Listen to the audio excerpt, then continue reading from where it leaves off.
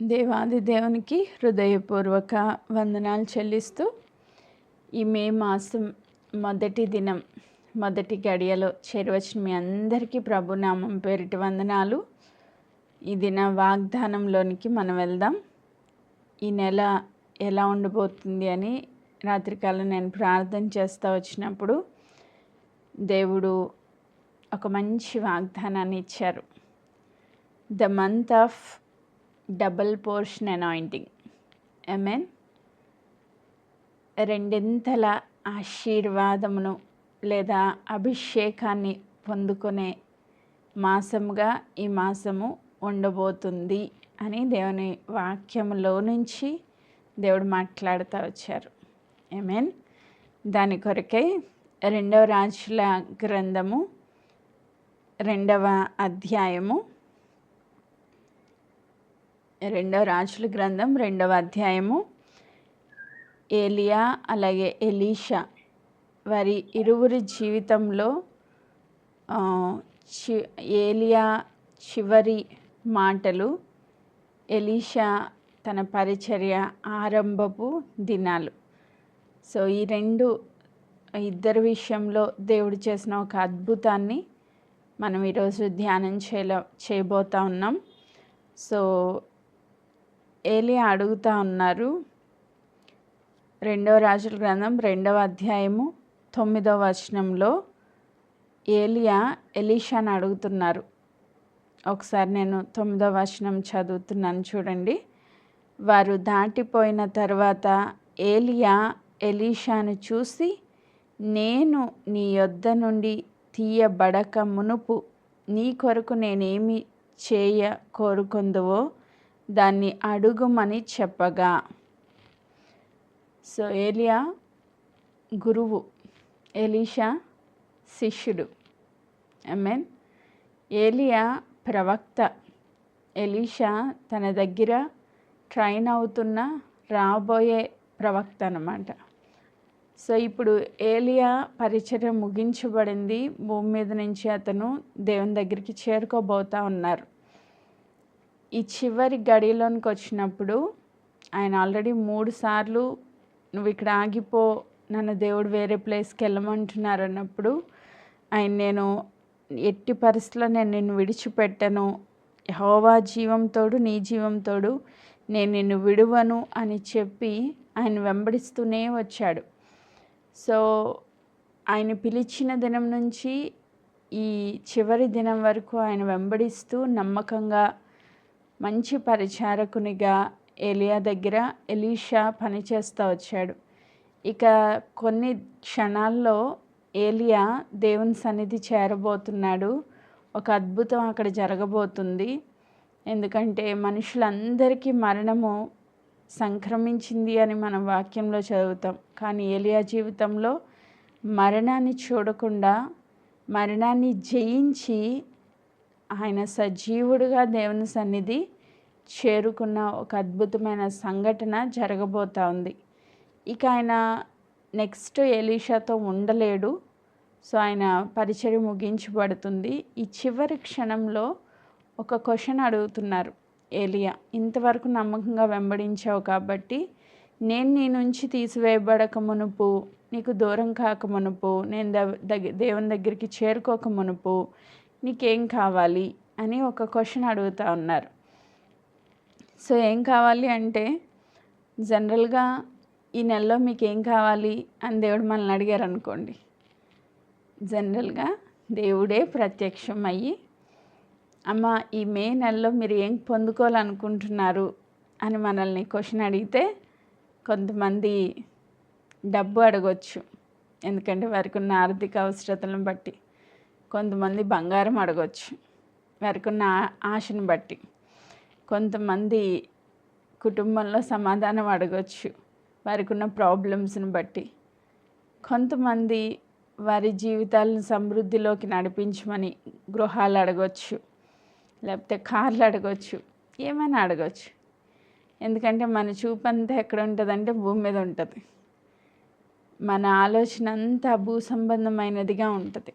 కాబట్టి మనము మనకున్న పరిస్థితులను బట్టి మనం వెళ్తున్న కష్టస్థితులను బట్టి ఈ భూమి మీద ఉన్న ఆ పరిస్థితులు సంపూర్ణంగా దేవుని సన్నిధిలో మనము విడుదల, ఆశీర్వాదములు, స్వస్థతలు చూడాలనే మ్యాక్సిమం దేవుడి దగ్గరికి వచ్చేవాళ్ళు ఉంటారు కదా. మీరు ప్రార్థనాపూర్వకంగా సిద్ధపడి ఈ నెలలో ఏం జరగబోతుంది అంటే, దేవా ఈ నెలలో నాకు విడుదల కావాలి, స్వస్థత కావాలి, సమృద్ధి కావాలి అని ప్రార్థన చేసుకునే వచ్చుంటారు కదా. సో ఇదే క్వశ్చన్ దేవుడు మనల్ని అడిగితే ఇలాంటి ఆన్సర్స్ వస్తాయి. కానీ ఎలీషాని నీకేం కావాలి అని అడిగినప్పుడు ఆయన ఇచ్చిన ఆన్సర్ 9వ వచనము మరొకసారి చదువుతున్నా. వారు దాటిపోయిన తర్వాత ఏలియా ఎలీషాను చూసి, నేను నీ యొద్ద నుండి తీయబడక మునుపు నీ కొరకు నేనేమి చేయకూడదువో దానిని అడుగుమని చెప్పగా, ఎలీషా నీకు కలిగిన ఆత్మలో 2 పాళ్ళు నా మీదికి వచ్చినట్లు దయచేయమనెను. ఆమెన్. అసలు ఒక్క నిమిషం కూడా ఆలోచించకుండా వెంటనే ఆ క్వశ్చన్కి ఆన్సర్గా ఎలీషా అడుగుతున్నారంట. ఏమని అడుగుతున్నారు? నీకు కలిగిన ఆత్మలో. అంటే ఈయన ఫస్ట్ ఆఫ్ ఆల్ ఎలీషా గుర్తించింది ఏంటంటే, ఈ దైవజనుడు దేవుని ఆత్మ కలిగిన దైవజనుడు అని. హల్లెలూయా. దేవుని ఆత్మ ద్వారా ఈయన జీవితము నడిపించబడుతుంది కనుక ఈయన చాలా గొప్ప అద్భుతాలు చేస్తూ వచ్చారని ఎలీషా గుర్తించాడు. ఆమెన్.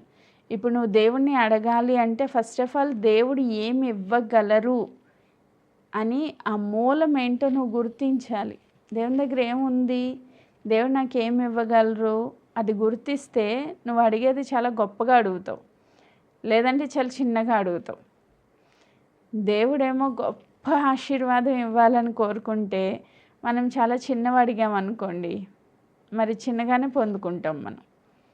ఈ లోకంలో చాలామంది ఆత్మలో వర్ధిల్లలేకపోవడానికి కారణం ఏంటంటే ఏం అడగాలో కూడా తెలియట్లేదు. అది ప్రాబ్లం. దేవుడు ఏమి ఇస్తే మనం నిజమైన ఆశీర్వాదంలోనికి ప్రవేశిస్తామో అర్థం కావట్లే. అందుకే భూ సంబంధమైన చిన్ని కోరికలతో, చిన్న ఆశలతో చిన్న ఆశీర్వాదాలు పొందుకుని అక్కడే ఆగిపోతున్నారు. దేవుణ్ణి ఏం అడగాలి? ఘనమైన దేవుడు మనం అడిగే కోరిక కూడా ఘనంగానే ఉండాలి. నీ రాజు ఎంత గొప్పవాడో, నీ దేవుడు ఎంత శక్తివంతుడో నువ్వు అర్థం చేసుకుంటే అప్పుడు నువ్వు అడిగేది కూడా ఘనంగా ఉంటుంది. ఆమెన్. సో ఈరోజు ఏలియా జీవితము ఎలా నడుస్తూ వచ్చిందో, అసలు ఆయన ఎందుకు అన్ని అద్భుతాలు చేస్తూ వచ్చారో, ఆయన దేని ద్వారా నడిపించబడతా వచ్చారో కరెక్ట్గా ఐడెంటిఫై చేయగలిగారు ఎలీషా. ఇప్పుడు ఆయన అడుగుతున్నాడు, నీకు కలిగిన ఆత్మలో, అంటే ఈయన ఆత్మ కలిగిన వ్యక్తి అని గుర్తించి, నీకు కలిగిన ఆత్మలో 2 పాళ్ళు నా మీద కావాలి అని అడుగుతున్నాడు. అంటే ఏలియా చేసిన ఆ గొప్ప అద్భుతాలని చూసిన వ్యక్తి ఈయనకి 2 పాళ్ళు, అంటే ఈయన చేసిన దానికన్నా డబల్ చేయాలని ఆశపడుతున్నాడు. దీన్ని చూస్తే ఒక్కొక్కసారి మనకేమనిపిస్తుంది అంటే కొంచెం దురాశ, లేకపోతే ఏలియా కన్నా ఎక్కువ పేరు తెచ్చుకోవాలనుకుంటున్నాడా, స్వార్థమా అని అనిపిస్తుంది. కానీ ఆయన అడిగిన దాంట్లో అవేమీ లేవు. ఎందుకు అవేమీ లేవంటున్నానంటే, ఒకసారి మనం ఈ మాట చదువుకున్నాం. ద్వితీయోపదేశ కాండము 21వ అధ్యాయము, ద్వితీయోపదేశ కాండం 21వ అధ్యాయము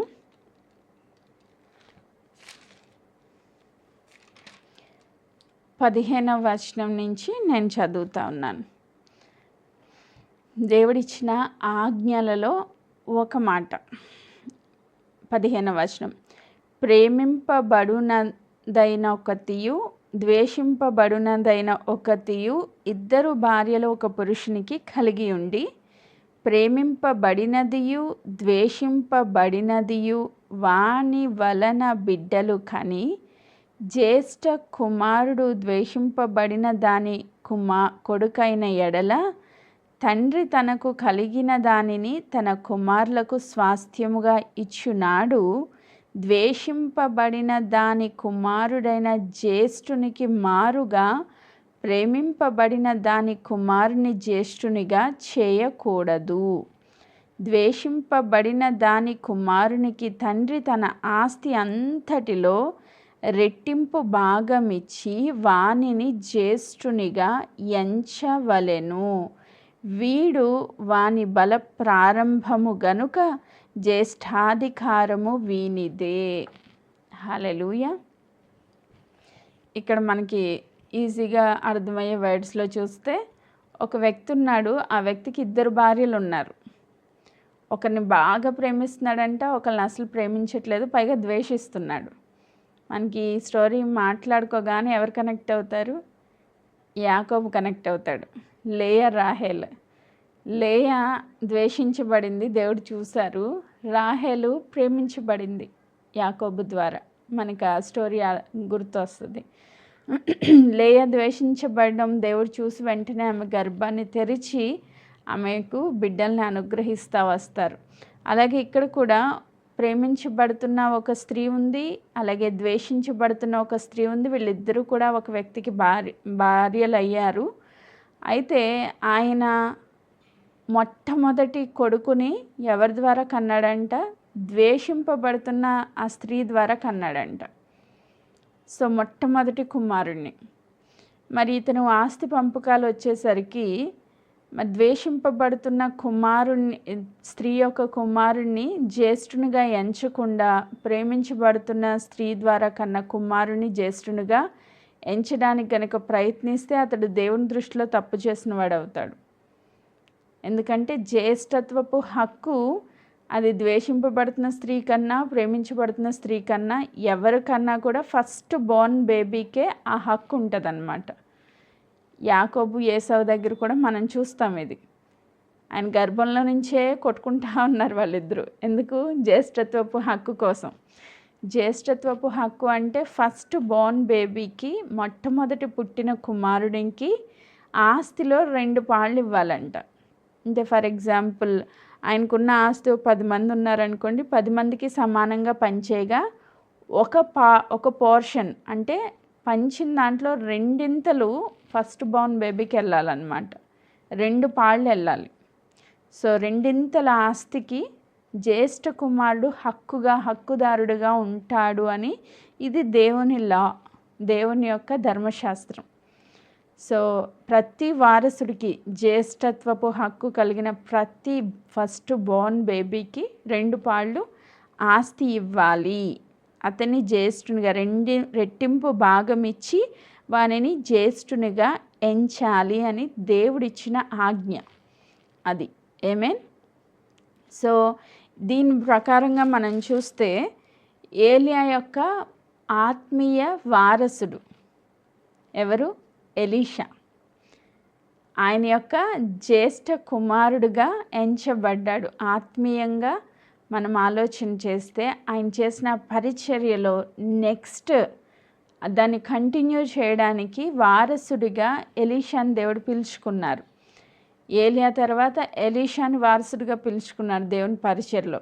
సో ఇప్పుడు వారసుడు కాబట్టి, జ్యేష్ఠుడు కాబట్టి ఈయన కలిగిన దాంట్లో 2 పాళ్ళు కోరుకుంటున్నాడు అనమాట. ఈయన ఏం కలిగి ఉన్నాడో గుర్తించాడు. ఫస్ట్ నేను జ్యేష్ఠత్వపు హక్కుదారుని, వారసుని అని తన గుర్తింపు ఏంటో తను తెలుసుకున్నాడు. సో ఇప్పుడు అడుగుతున్నాడు అనమాట, ఏం కావాలంట?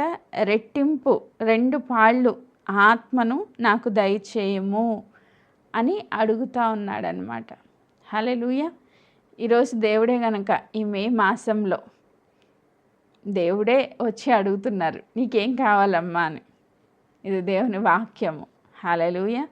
ఏం కావాలి అని అడిగినప్పుడు మనమేం చెప్పాలి అంటే, ఈ లోకంలో పాత నిబంధన ప్రకారం జ్యేష్ఠులకి 2 పాళ్ళు ఇస్తే, రెట్టింపు భాగం ఇస్తే, నూతన నిబంధనకు వచ్చేసరికి యేసుక్రీస్తు ప్రభు అంటారు కదా, నువ్వు నన్ను అడుగు ఏమిస్తాను? కొలత లేని ఆత్మను నీపై కృమ్మరిస్తాను అంటారు. హల్లెలూయా. అంటే మనం కొలవలేమన్నమాట. 1 పాళ్ళ, 2 పాళ్ళ, 3 పాళ్ళ, 4 పాళ్ళ అని మనం కొలవలేం. దేవుడు ఎంత సమృద్ధి ఇచ్చారంటే నూతన నిబంధనలో మనకి, నువ్వు అడిగితే చాలు. కొలత లేని ఆత్మ అంటే దాన్ని ఎంత అనాయింటింగ్‌తో నువ్వు నింపబడ్డావో, ఎంత అభిషేకం నీ మీదకి దిగి వస్తుందో దాన్ని మనం కొలవలేమన్నమాట. హల్లెలూయా. నువ్వు అడిగితే ఇవ్వడానికి దేవుడు ఈ నెలలో ప్రత్యేకంగా సిద్ధంగా ఉన్నానని చెప్తున్నారు. ఆమేన్. సో ఇప్పుడు ఎలీషా అడిగారు. బట్ ఏలియా దానికి ఇచ్చిన సమాధానం ఏంటి అంటే ఇతను చాలా మంచి మాట అడిగారు కదా. మత్తయి సువార్త 6వ అధ్యాయంలో చివరి భాగంలో మనం చూస్తాం. మొదట నా రాజ్య నీతిని వెతికితే సమస్తము నీకు అనుగ్రహింపబడతాయని. ఈ నెలలో దేవుని రాజ్యంలో ఉన్న ఆ ఆత్మ నింపుదల కొరకు మనం అడుగుదాం. అడిగితే సమస్తాన్ని ఇస్తారంట.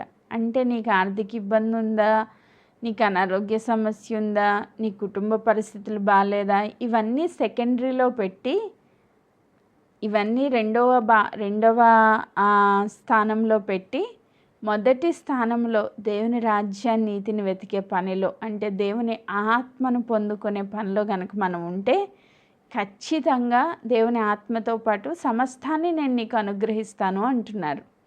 ఆమేన్. ఇప్పుడు మనం ఏది అడగాలో మనకు అర్థమైంది. సో ఇప్పుడు ఏలియా చెప్పిన సమాధానం ఏంటి? 2వ రాజుల గ్రంథం 2వ అధ్యాయము 10వ వచనం. అందుకతడు నీవు అడిగినది కష్టతరముగా ఉన్నది. ఎలా ఉందంట? చాలా కష్టంగా ఉంది. ఎందుకంటే ఇప్పుడు తండ్రి, మనము ద్వితీయోపదేశకాండంలో చదివిన రీతిగా తండ్రి దగ్గర ఆస్తి ఉంది, అందరికీ పంచినప్పుడు 2 పాళ్ళు ఇమ్మని చెప్తున్నారు. అంటే రెట్టింపు భాగం ఇమ్మని చెప్తున్నారు. అంటే ఆయన దగ్గర ఉంది కాబట్టి ఆయన పంచి ఇచ్చేయచ్చు.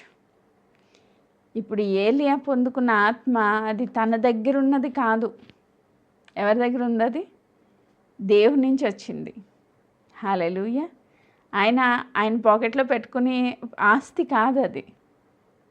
ఆత్మ అనేది దేవుని దగ్గర నుంచి రావాలి. కాబట్టి ఈయనకి కొంచెం కష్టంగా ఉంది అది ఇవ్వడం. నా దగ్గర ఉందంటే ఈజీగా ఇచ్చేస్తాను, కానీ నా దగ్గర లేదే, అది దేవుడు ఇచ్చారు నాకు. ఒక పాళ్ళ ఆత్మ ఇచ్చారు, దాంతో ఆయన అద్భుతాలు చేస్తూ వచ్చాడు. ఇప్పుడు ఈయనేమో ఆశపడి 2 పాళ్ళు అడుగుతున్నాడు. ఇప్పుడు 2 పాళ్ళు ఇవ్వాలంటే ఈయన కాదు ఇవ్వాల్సింది, దేవుడు ఇవ్వాలి. కాబట్టి దీనికి కొంచెం కష్టతరంగా అనిపిస్తూ ఉందంట. హల్లెలూయా. అయినా కష్టంగా అనిపించినా కూడా ఒక మార్గాన్ని చెప్తున్నాడు. ఏమంట? 10వ వచనం. అందుకతడు నీవు అడిగినది కష్టతరంగా ఉన్నది, అయితే నీ యొద్ద నుండి తీయబడినప్పుడు నేను నీకు కనబడిన ఎడల ఆ ప్రకారం నీకు లభించును, కనబడని ఎడల అది కాకపోవునని చెప్పెను. హల్లెలూయా. నేను నీకు నీ యొద్ద నుంచి ఆ ఆకాశానికి కొనిపోబడుతూ ఉన్నప్పుడు, దేవుని దగ్గరికి చేరుకుంటా ఉన్నప్పుడు, నువ్వు గనక నన్ను చూస్తే, నేను నీకు కనబడితే ఖచ్చితంగా నువ్వు అడిగినట్టు పొందుకుంటావు. ఒకవేళ నేను కనబడకపోతే నువ్వు దాన్ని పొందుకోలేవు. సో ఒక కండిషన్ పెట్టాడనమాట. సో ఏంటి కనబడడం, కనబడకపోవడం? దీని గురించి మనం అర్థం చేసుకోవాలంటే నెక్స్ట్ వర్స్ చదువుదాం. కనబడడం అంటే ఏంటి అనేది ఒకసారి నెక్స్ట్ వర్స్ చదివి దీన్ని మనం ఎక్స్ప్లెనేషన్ తీసుకుందాం. వారు ఇంకా వెళ్ళుచుండగా ఇదిగో అగ్ని రథమును అగ్ని గుర్రములను కనబడి వీరిద్దరిని వేరు చేశాను. అప్పుడు ఏలియా సుడి గాలి చేత ఆకాశం నాకు ఆరోహణమాయను. అంటే నెక్స్ట్ ఏం జరగబోతుందంటే అగ్ని రథాలు గుర్రాలు రాబోతున్నాయి. ఇప్పుడు చూడండి, మనము వీళ్ళిద్దరూ నడుచుకుని వెళ్ళిపోతున్నారు, యోర్దాను దాటారు, నడుచుకుని వెళ్ళిపోతూ ఉన్నారు, మాట్లాడుకుంటూ వెళ్ళిపోతూ ఉన్నారు. సడన్గా అగ్ని రథాలు గుర్రాలు వస్తున్నాయి. అలాంటప్పుడు సడన్గా ఏదైనా జరిగిందనుకోండి, అంటే ఈయన ఎలా వెళ్తారు ఆకాశంలోనికి దేవుడి దగ్గరికి? ఈయనకి తెలీదు, ఎలీషాకి తెలీదు, ఏ రీతిగా దేవుడు తీసుకుని వెళ్తున్నారో తెలీదు. సో సడన్గా అగ్ని రథాలు గుర్రాలు వచ్చేసరికి ఈయన ఫోకస్ ఎక్కడ షిఫ్ట్ అవుతుంది? ఏలియన్ చూడడం మానేసి అగ్ని రథాలను చూడవచ్చు కదా. సడన్గా భయపడి కళ్ళు మూసుకోవచ్చు. సడన్గా ఏదన్నా జరిగిందనుకోండి, భయంతో మనం ఏం చేస్తాం? కళ్ళు మూసేస్తాం, అక్కడే కూర్చుని పోతాం, భయంలో వణికిపోతూ ఉంటాం. సడన్గా మైండ్ ఆఫ్ అయిపోద్ది, షాక్లోకి వెళ్ళిపోతూ ఉంటాం. ఇలాంటివన్నీ జరుగుతూ ఉంటాయి. కానీ ఏలియా ఏం చెప్పారు?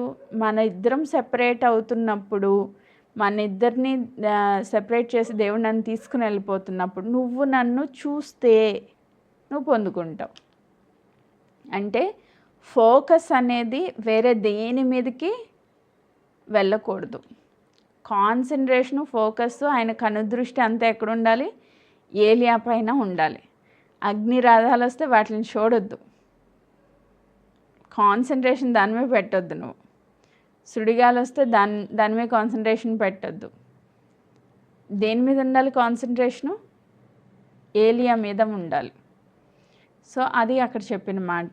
దీని గురించి మనము కొన్ని మాటలు చూస్తే, క్రొత్త నిబంధనలో మనకు ఒక ఎగ్జాంపుల్ ఉంది దీన్ని అర్థం చేసుకోవడానికి.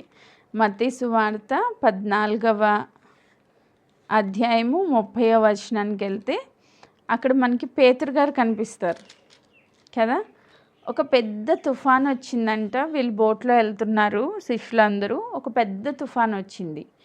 వాళ్ళు ఇంకా చనిపోతామేమో అనుకునే సిచ్యువేషన్లో ఉన్నారు. భయంకరమైన గాలి, తుఫాను, అలలు కొడతా ఉన్నాయి, బోటు మునిగిపోద్దేమో అనే పరిస్థితిలో యేసుక్రీస్తు ప్రభువారు ఆ వాటర్ పైన నడుచుకుని వస్తూ ఉన్నాడు. ఆయన వీళ్ళు చూసి ఏమనుకున్నారంట? ఒక దెయ్యం వస్తుందేమో అని భయపడిపోయారు, చాలా భయపడ్డారు. భయపడినప్పుడు ప్రభు చెప్తున్న మాట, ధైర్యం తెచ్చుకోండి, భయపడొద్దు, నేనే అని చెప్తారు. వెంటనే పేతురు అడుగుతున్నారు, ప్రభు ఒకవేళ నువ్వే అయితే నేను కూడా నీకులా వాటర్ మీద నడిచి నీ దగ్గరికి రావాలి, అది నాకు ఆజ్ఞ ఇయ్యి అని అడిగినప్పుడు వెంటనే ప్రభు అన్నారు, ఓకే రా అని చెప్పి. సో రమ్మనగానే ఈయన బోట్లోంచి వాటర్ మీదకి దిగాడు. ఇది చాలా గొప్ప అద్భుతం. దిగిన వెంటనే మునిగిపోలేదు, కొంచెం దూరం నడిచాడు. అంటే ప్రభు కొంచెం దూరంగానే ఉన్నారు వీళ్ళకి. కొంచెం దూరం నడిచాడు. నడిచిన తర్వాత అక్కడ ఏమొచ్చిందంట? ఆ తుఫాను భయంకరంగా ఉంది. తుఫాను గట్టిగా తుఫాన్లు వస్తే ఎలాంటి సిచ్యువేషన్ ఉంటుంది అని మనకు తెలుసు. మనం డోర్స్ అన్నీ వేసుకుని లోపల కూర్చున్నా కూడా మనకి భయం వేస్తుంది, అవునా? ఆ సౌండ్లకి, ఆ గాలికి, ఆ వర్షానికి, ఆ ఓరు గాలికి చాలా భయం వేస్తుంది మనకి, అన్నీ మూసుకుని కూర్చున్న లోపల. కానీ ఈయన ఆ తుఫాను మధ్యలో నడుస్తున్నాడు, పైగా నీటిపైన నడుస్తున్నాడు. గాలి చాలా ఫోర్స్గా వస్తుంది, అలలు భయంకరంగా కొడతా ఉన్నాయి. సో ఈ సిచ్యువేషన్స్ అన్నింటి మధ్యలో ఫస్ట్ విశ్వాసంతో దిగాడు, దేవుని వైపు చూస్తూ కొంచెం దూరం నడిచాడు. నడిచిన తర్వాత ఏమైందంట? సడన్గా ఆయన ఫోకస్ ఎటు షిఫ్ట్ అయిందంటే, మత్తయి సువార్త 14వ అధ్యాయము 30వ వచనానికి వచ్చేసరికి, గాలిని చూసి భయపడి మునిగిపోసాగి. అప్పటి వరకు ఎవరిని చూశారు? ప్రభువుని చూశాడు. ఫోకస్ అంతా ఎక్కడుంది? ప్రభు పైన ఉంది, ఆయన పాదాల మీద ఉంది.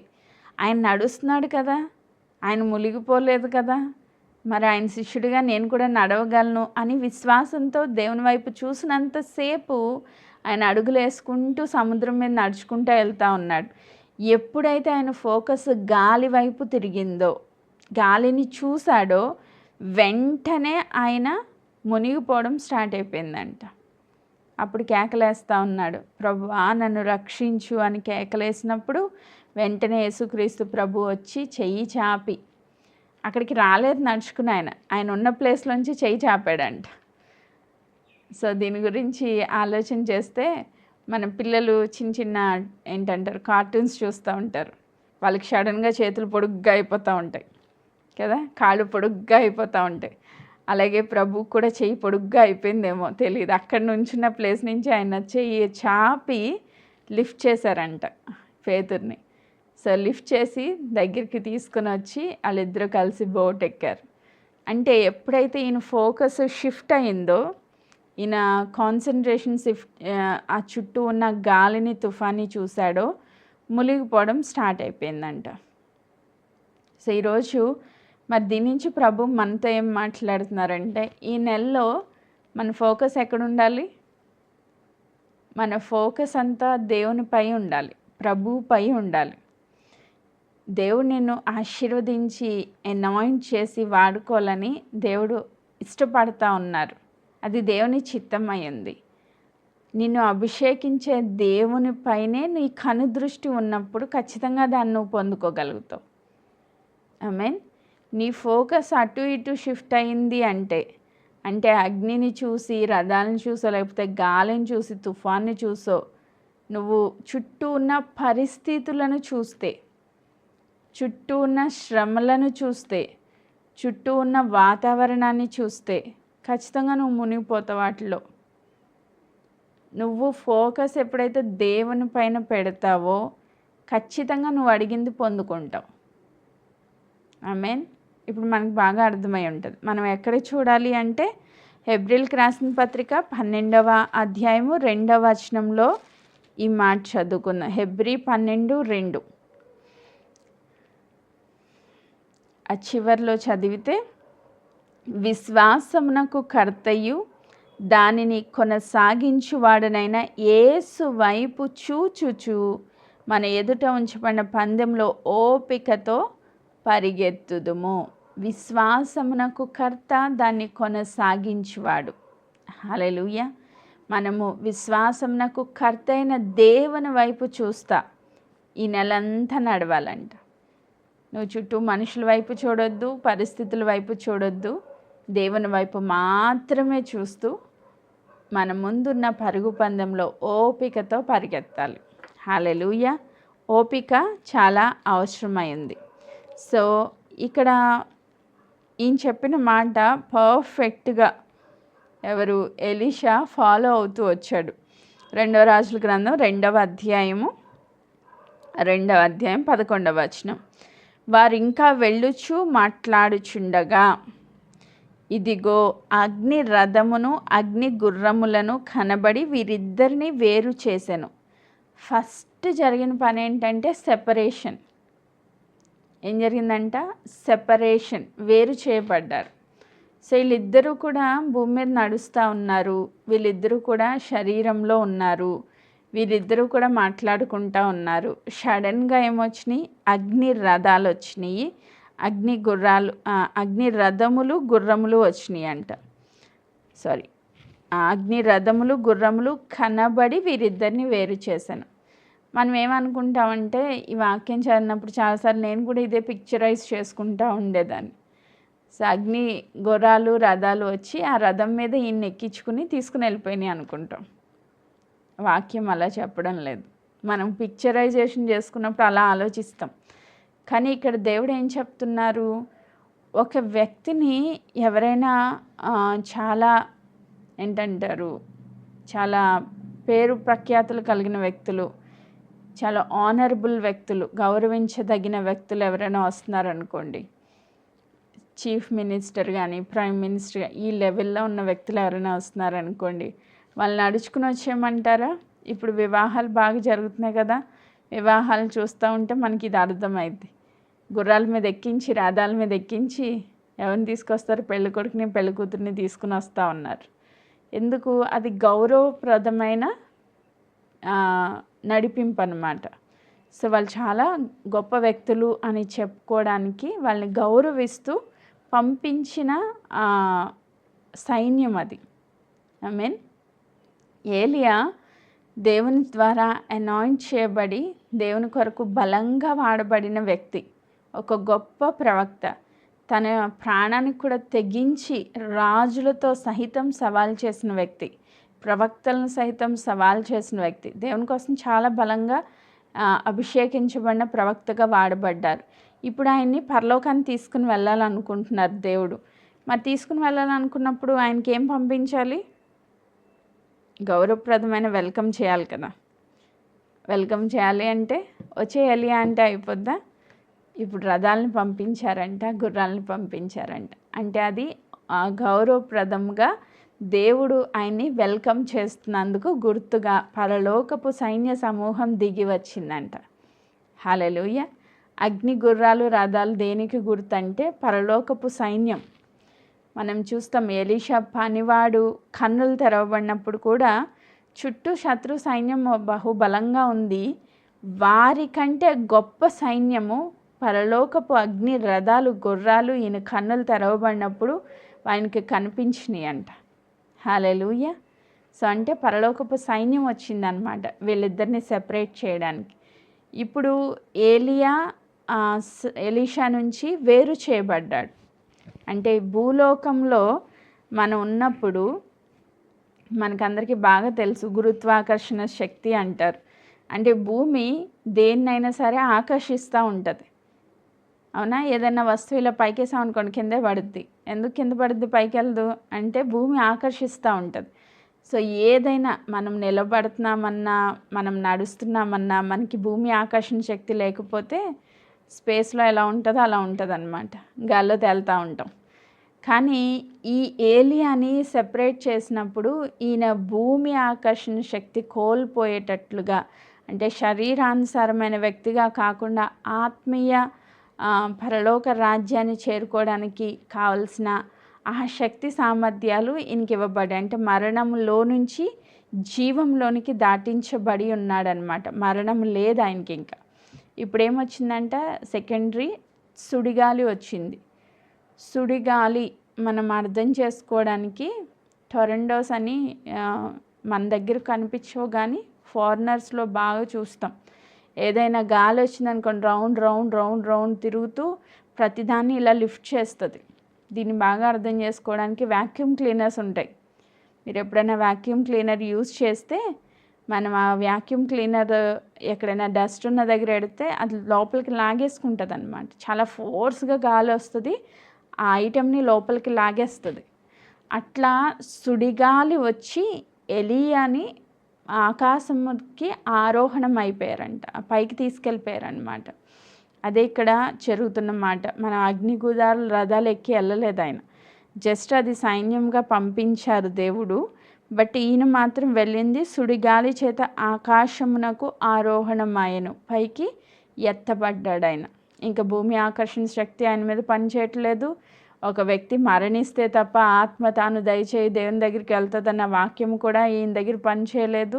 దేవుని యొక్క పిలుపు పొందుకున్నాడు. అగ్ని రథాలు గుర్రాలు వచ్చినాయి, వామ్ వెల్కమ్ చేసినాయి. తర్వాత ఈయన సుడిగాలితో ఆకాశానికి ఎత్తబడ్డాడు.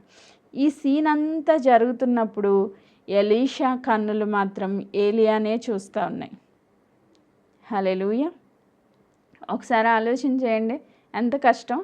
ఓ పక్కన అగ్ని గుర్రాల రథాలు నడుస్తూ ఉన్నాయి, దాన్ని చూడాలనిపిస్తుంది. ఎప్పుడు చూడలేని దృశ్యం కదా. సో చాలా ఆకర్షణీయంగా కనిపిస్తూ ఉంటాయి.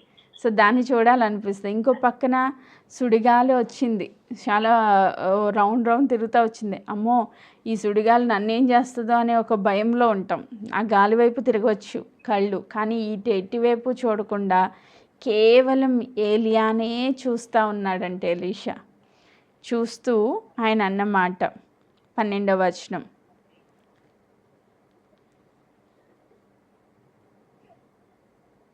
సో ఇప్పుడు 12వ వచనానికి వస్తే, ఎలీషా అది చూసి నా తండ్రి నా తండ్రి, ఇశ్రాయేలు వారికి రథమును రౌతులను నీవే అని కేకలు వేసెను. అంతలో ఏలియా అతనికి మరలా కనబడకపోయెను. అప్పుడు ఎలీషా తన వస్త్రములు పట్టుకొని 2 తునకలుగా చేసెను. ఇక్కడ ఎలీషా చాలా బాధలో దుఃఖముతో ఆయన ఏడుస్తూ కన్నీరు కారుస్తూ నా తండ్రి అని తను ఎలీషాని పిలుస్తూ ఉన్నాడు. నా తండ్రి, ఇశ్రాయేలీలకి రథము రౌతు నీవే. అంటే ఇశ్రాయేలీల యొక్క సైన్యానికి అధిపతి నీవే, నువ్వు వెళ్ళిపోతున్నావా అని చెప్పి ఎంతో బాధలో దుఃఖంలో ఆయన పైన వస్త్రాన్ని చింపేసుకుని భయంకరంగా దుఃఖంతో ఏడుస్తూ ఉన్నాడంట.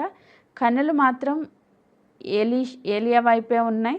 ఆయన వెళ్ళిపోయాడు, చూస్తూ ఉన్నాడు. ఆయన వెళ్ళిపోతూ ఏం జరిగింది, 13వ వచనం, మరియు ఏలియా దుప్పటి కింద పడగా, ఆయన వెళ్ళిపోతా ఈయన చూస్తూనే ఉన్నాడు కదా, వెంటనే ఆయన ఏలియా దుప్పటి తీసి కింద వేశాడనమాట. వేసినప్పుడు ఆ దుప్పటి కింద పడిందంట. వెంటనే దాన్ని పిక్ చేసుకున్నాడు, దాన్ని తీసుకుని ఏం చేస్తున్నాడు, మరియు ఏలియా దుప్పటి కింద పడగా అతడు దాన్ని తీసుకొని యోర్దాను ఒడ్డునకు వచ్చి నిలిచి. సో దుప్పటి తీసుకున్నాడు. ఇప్పుడు తన గురువుగారు తన దగ్గర నుంచి తీసివేయబడ్డారు, కానీ ఆయన ఇచ్చిన దుప్పటి ఈయన దొరికింది. మరి ఈరోజు యేసుక్రీస్తు ప్రభు కూడా మనతో లేరు. ఆయన కూడా భూమి మీద నుంచి తీసివేయబడ్డారు. ఆయన వెళ్ళిపోతా చెప్పిన మాట ఏంటంటే, నేను మిమ్మల్ని అనాథలుగా విడిచిపెట్టను, మీరు ఒంటరి వారు కాదు. ఏలియా దుప్పటి ఎలీషాకి దొరికినట్లుగా దేవుడు మన నుంచి తీసివేయబడినప్పుడు దేవుడు చెప్పిన మాట ఏంటంటే, అపోస్తుల కార్యాలు 2వ అధ్యాయానికి వెళ్ళేసరికి, మీరు యెరూషలేం నుంచి ఎక్కడికి వెళ్ళొద్దు. ఏం చేయాలి? యెరూషలేంలో ఉండి కనిపెట్టండి. దేనికోసం కనిపెట్టాలి?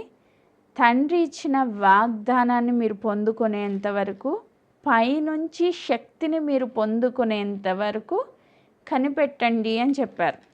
ఆమేన్. ఈరోజు కనిపెట్టిన ప్రతి వ్యక్తి ఏం పొందుకుంటారంట? పరిశుద్ధాత్మను పొందుకుంటారు. ఎలా అయితే ఎలీషా ఏలియాని చూస్తూ కనిపెడుతూ ఉన్నాడో, ఈయన 2 పాళ్ళ ఆత్మను నాకు ఇస్తారా లేదా అని ఆయన కనిపెట్టుకుంటా ఉన్నాడో, అలాగే ఈ నెలలో ప్రత్యేకంగా దేవుడు మనకిస్తున్న వాగ్దానం, the month of double portion anointing, double portion కాదు, ద ఫుల్ ఆఫ్ అనాయింటింగ్ కోసం మనము సమృద్ధి అయిన కొలతలేని ఆత్మ కోసం మనం కనిపెట్టుకుంటే, ఆ అప్పర్ రూమ్లోకి వెళ్ళి అపోస్తులు 120 మంది ఎలా అయితే దేవుని సన్నిధిలో కనిపెట్టుకున్నారో, పెంతెకోస్తు దినం వరకు వాళ్ళు ఎక్కడికి వెళ్ళకుండా, ఏ పరిచర్య చేయకుండా వాళ్ళు కనిపెట్టుకున్నారు. అలా మనము కూడా కనిపెట్టుకుంటే మనకేం దొరుకుతుందంట? పరిశుద్ధాత్మ శక్తి, ఆకాశం నుంచి తండ్రి వాగ్దానము మనపై కృమ్మరించబడుతుంది. Amen. The full of anointing అనేది మనం పొందుకోగలుగుతాం. ఆమెన్. Praise God. ఎవరైతే కనిపెట్టుకుంటారో వారికి ఇది దొరుకుతుంది అన్నమాట. ఎలీషా కనిపెట్టాడు, ఏలియా దుప్పటి దొరికింది. అలాగే మనం కనిపెట్టుకుంటే దేవుని ఆత్మ చేత నింపబడతాం. ఎందుకు? మనం దేవుని వారసులము కాబట్టి. హల్లెలూయా. నువ్వు కనిపెట్టుకుంటే నువ్వు దేవుని ఆత్మను పొందుకుంటావు. ఆ ఆత్మ ద్వారా నువ్వు దేవుని వారసుడిగా మార్చబడతావు. రోమీయులకు రాసిన పత్రిక 8వ అధ్యాయంలో మనం ఈ మాటలు చూస్తాం. ఆత్మ ద్వారా మనము దేవుని వారసులం. అబ్బా తండ్రి అని మొర్రపెట్టుటకు దత్తపుత్రాత్మ మన పైన కృమ్మరించబడుతుందంట. హల్లెలూయా. ఈరోజు ఎంతమంది అయితే ఈ నెలలో దేవుడు ఇస్తున్న ద ఫుల్ ఆఫ్ అనాయింటింగ్ కొరకు కనిపెట్టుకుంటున్నారో వారందరూ దేవుని వారసులుగా మార్చబడతారు. ఇప్పుడు ఆ దుప్పటి తీసుకుని ఆయన వచ్చి యోర్దాను నది ముందు నిలిచి ఆయన చెప్తున్న మాట, 2వ రాజుల గ్రంథం 2వ అధ్యాయము 14వ వచనం, వంటి మీద నుండి క్రింద పడిన దుప్పటి పట్టుకొని నీటి మీద కొట్టి, ఏలియా యొక్క దేవుడైన యెహోవా ఎక్కడ ఉన్నాడనెను.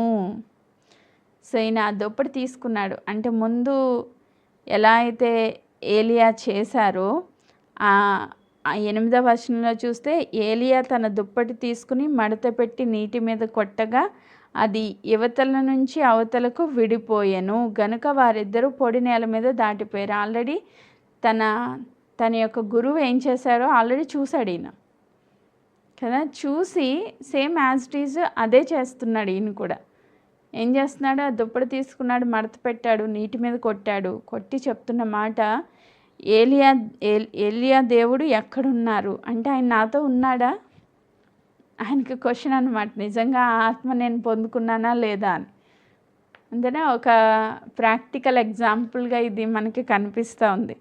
వెంటనే ఏం జరిగిందంట, ఆ దుప్పటితో నీటిని కొట్టగా అది అటు ఇటు విడిపోయినందున ఎలీషా అవతలి ఒడ్డునకు నడిచిపోయెను.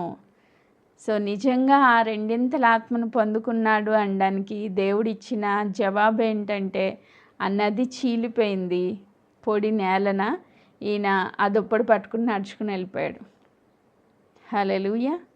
సో అంటే ఒక అద్భుతం జరిగింది అక్కడ. ఎలీషా జీవితంలో ఏలియా 8 అద్భుతాలు చేస్తే ఎలీషా 16 అద్భుతాలు చేశారంట. హల్లెలూయా. అవి కూడా చాలా గ్రేట్ మిరకల్స్. ఈరోజు ప్రభు మనతో చెప్తున్న మాట, నువ్వు నా వారసురాలువైతే లేదా వారసుడు అయితే, నువ్వు నా బిడ్డవైతే, నువ్వు నా ఆత్మను పొందుకోవాలి. నా ఆత్మను పొందుకున్న వాళ్ళు ఎలా ఉంటారంట? యోహాను సువార్త 14వ అధ్యాయంలో చాలా చాలా విలువైన మాట. 14వ అధ్యాయం 12వ వచనం, నేను తండ్రి యొద్దకు వెళ్ళుచున్నాను గనక నేను చేయు క్రియలు నాయందు విశ్వాసముంచువాడు చేయును. నేను చేయు క్రియలు, ఏలియా చేసిన క్రియ ఎలా అయితే ఎలీషా కూడా చేశాడో, అలాగే నాయందు విశ్వాసముంచిన వారు నేను చేయు క్రియలు చేయును. అంతటితో ఆపేలేదు ప్రభు, వాటికంటే మరి గొప్పవియు అతడు చేయునని నీతో నిశ్చయముగా చెప్పుచున్నాను. ఇది యేసుక్రీస్తు ప్రభు ఇచ్చిన గొప్ప వాగ్దానం మనకి. నువ్వు దేవుని యందు విశ్వాసం ఉంచితే, నువ్వు పరిశుద్ధాత్మ చేత నింపబడితే, ఆయన చేసిన క్రియలు చేయడమే కాదు, ఆయన కంటే గొప్ప కార్యాలు చేస్తావంట. ఆమెన్. క్యాథరిన్ కుల్మన్ గారి యొక్క జీవిత సాక్ష్యాన్ని నేను వింటూ వచ్చాను ఈ మధ్యకాలంలో ఎక్కువగా. ఆవిడ జీవితంలో 20 లక్షల మందిని స్వస్థపరిచిందంట. హల్లెలూయా. లక్షలు, కొన్ని కోట్ల మందికి సువార్త ప్రకటించిందంట. ఒక స్త్రీ ఆవిడ జీవితంలో చాలా భయంకరమైన పరిస్థితులు గుండా నడిచింది. కానీ ఆమె కృంగిపోలేదు, దేవుని కోసం బలంగా నిలవబడింది. కొన్ని లక్షల మందిని స్వస్థపరచడం, 20 లక్షల మందిని స్వస్థపరచడమే కాదు, కొన్ని కోట్ల మందికి సువార్త ప్రకటించిందంట. అంటే దేవుని యందు విశ్వాసం ఉంచిన ఆ స్త్రీ, దేవుని కోసం బలంగా నిలవబడిన ఆ స్త్రీ దేవుని కన్నా గొప్ప కార్యాలు చేసింది. హల్లెలూయా. ఈరోజు నువ్వు నేను కూడా అదే పొజిషన్లో ఉన్నాం. ఆవిడ ఎలా వారసురాలైందో మనం కూడా అదే వారసత్వంలో ఉన్నాం. కానీ ఎవరైతే దేవుని ఆత్మను కోరుకుంటారో, ఏలియా నుంచి ఎలీషా ఎలా అయితే ఆత్మను అడిగారో, అలా దేవుని నుంచి మనం ఆత్మని పొందుకోవడానికి కనిపెట్టుకుంటామో, మన కన్నులు దేవుని వైపు త్రిప్పుకుంటామో, ఖచ్చితంగా మనం దేవుని ఆత్మ ద్వారా నింపబడ్డమే కాదు, మనం అనేక గొప్ప కార్యములు చేయగలుగుతాం. ఈ గొప్ప కార్యాలు చేయడం ద్వారా ఏం జరిగింది, ఈ చివరి మాట చూసుకుని మనం ముగించుకుందాం. 2వ రాజుల గ్రంథం 2వ అధ్యాయము 15వ వచనం. ఎరుకో దగ్గర నుండి కనిపెట్టుచుండిన ప్రవక్తలు శిష్యులు అతన్ని చూసి, ఏలియా ఆత్మ ఎలీషా మీద నిలిచి ఉన్నదని చెప్పుకొని అతన్ని ఎదుర్కొనబోయి అతనికి సాష్టాంగ నమస్కారము చేసి అతనితో ఇట్లనిరి, ఇదిగో నీ దాసులమైన మా యొద్ద 10 మంది బలము గలవారున్నారు. నెక్స్ట్ మనము అదంతా చదవలేం, కానీ ఇప్పుడున్న సమయ హద్దుబాట్లను బట్టి వాళ్ళు వచ్చి ఏం చేశారంట, ఏలియాని ఎలా గౌరవించారో, ఏలియాని ఎలా వెంబడించారో అలాగే ఎలీషాని కూడా వెంబడించడం మొదలుపెట్టారు. వచ్చి సాష్టాంగపడి నువ్వు మాకు గురువు అని వాళ్ళు విశ్వాసం ఉంచారు. అంటే వాళ్ళ ఎదుట ఈయన యోర్దాన్ని చీల్చుకుని రావడం అనేది ఒక గొప్ప సాక్ష్యముగా కనిపించింది అన్నమాట. నీ జీవితంలో నిజంగా నువ్వు దేవుని ఆత్మ ద్వారా నడిపించబడే వ్యక్తివైతే నువ్వు వెళ్ళి సాక్ష్యం చెప్పాల్సిన అవసరం లేదు. నీ జీవితంలో దేవుడు చేస్తున్న కార్యాలు, నీ ప్రవర్తన చూస్తున్న ప్రతి వ్యక్తి గుర్తిస్తారు. అలాగే వాళ్ళు నీకు లోబడేటట్లుగా దేవుడు చేస్తారు. ఆమేన్. ఎవరైతే విధేయత చూపిస్తున్నారో వాళ్ళు నిన్ను వెంబడించేటట్లుగా దేవుడు చేస్తారు. మనం వెళ్ళి ప్రూవ్ చేసుకోవాల్సిన అవసరం లేదు. దేవుని ఆత్మచేత నింపబడిన వ్యక్తి జీవితంలో ఎప్పుడూ గొప్ప సాక్ష్యాలు ఉంటాయి. ఆమేన్.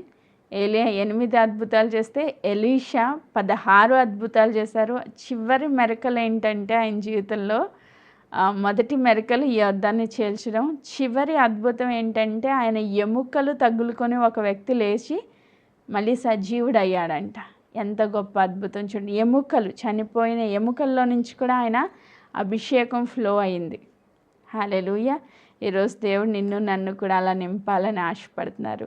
ఈ మంత్లో ఇలాంటి అభిషేకాన్ని మనం అనుభవించబోతా ఉన్నాం. మరి ముఖ్యంగా కాకినాడ గ్యాదరింగ్ కూడా ఉంది. దానికోసం కూడా నేను చాలా కనిపెట్టి ప్రార్థన చేస్తున్నాను. దేవుడిచ్చిన ఈ వాగ్దానము ఆ 30వ తారీఖు అంటే చివరి దినాన్ని మనము ఫిజికల్గా అనుభవించబోతున్నాము. ఇది నేను విశ్వాసంతో నమ్మి ప్రకటిస్తున్నమాట. హల్లెలూయా. దేవుడి వాగ్దానంను ఈ నెలలో ప్రతి ఒక్కరి జీవితంలో కంప్లీట్గా నెరవేర్చునుగాక. మనమందరము కలిసి ఈ వాగ్దానాన్ని స్వతంత్రించుకుని గొప్ప సాక్షులుగా నిలుచుదుముగాక. ఆమేన్. Praise God.